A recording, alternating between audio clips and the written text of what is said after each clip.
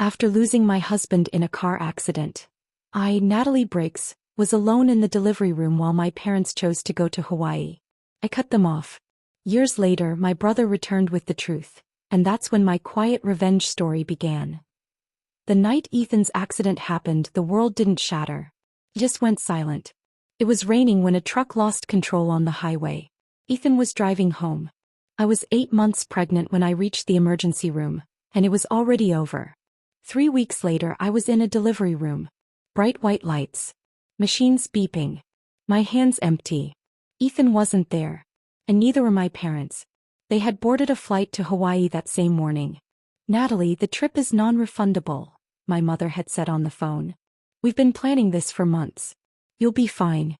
Hospitals have nurses." I had stared at the wall and whispered, "You're choosing a beach over your daughter?" From the background, my father's voice came through. "He's not coming back."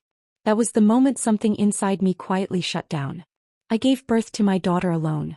When Lily was placed on my chest, I made her 2 promises.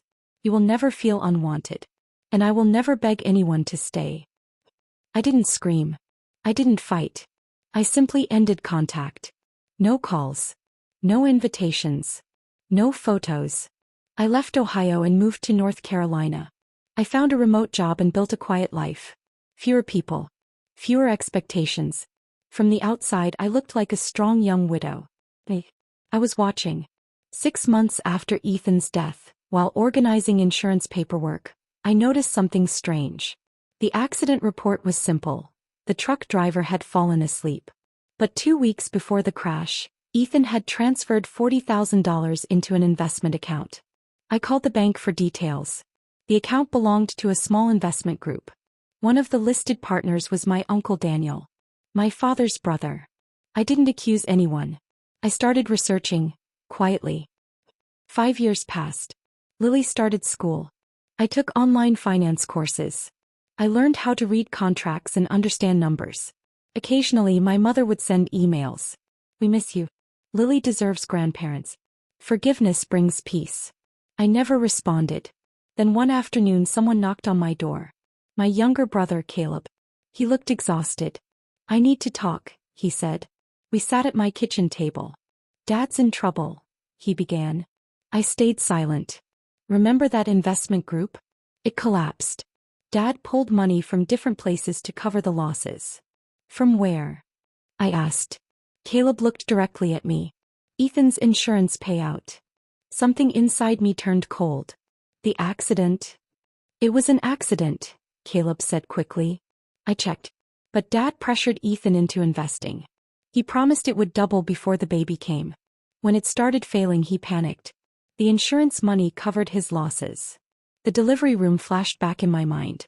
Going to Hawaii hadn't been indifference. It had been guilt. I didn't cry. I calculated.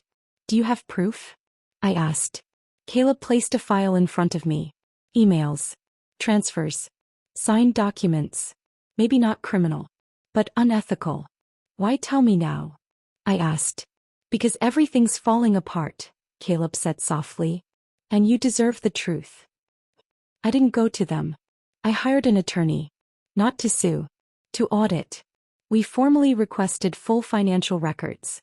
A few weeks later, their lawyer reached out. They wanted a private settlement. I declined. I wanted transparency. The review confirmed my father had misrepresented the risk and pressured Ethan into investing. Through mediation, I recovered the original amount plus growth. That money went directly into a trust for Lily. And I demanded one more thing. A written acknowledgement. My father signed a statement admitting he pressured Ethan and concealed the truth. Not for court. For me. When I finally saw my parents again, there was no drama. My mother's eyes were wet. "We thought you hated us," she said. "I did," I answered calmly. "But hate requires energy. I chose something else." "What?" my father asked. "Accountability." I placed the signed acknowledgement on the table. "Lily will not pay for your choices," I said. They said nothing. Not defensive. Just defeated. That night Lily asked me, "Mom, are Grandma and Grandpa bad?" I brushed her hair back. "No," I said gently. "They made selfish choices. And selfish choices have consequences. Like timeout.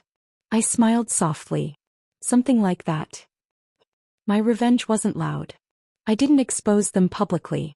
I didn't destroy them. I brought the truth into the light. I protected my daughter. I turned silence into strength. Years ago they chose the beach. I chose resilience.